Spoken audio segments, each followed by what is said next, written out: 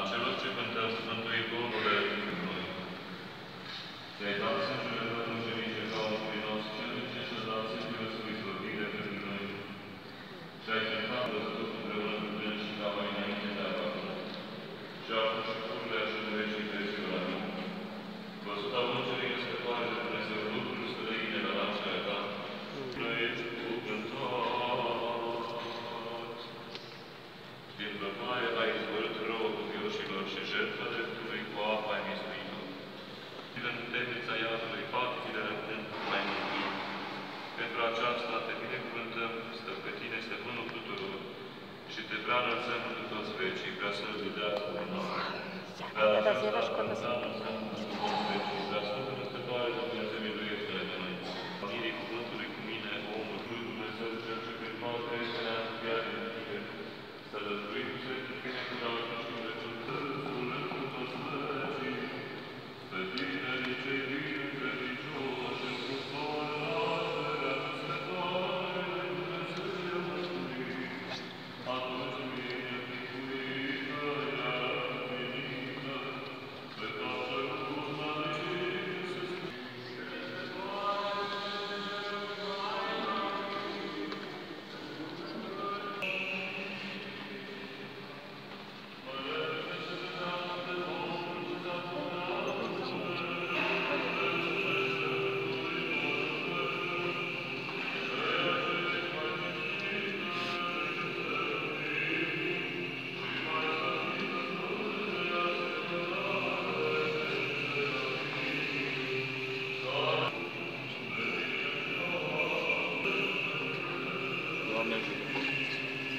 înaintea cu rocul.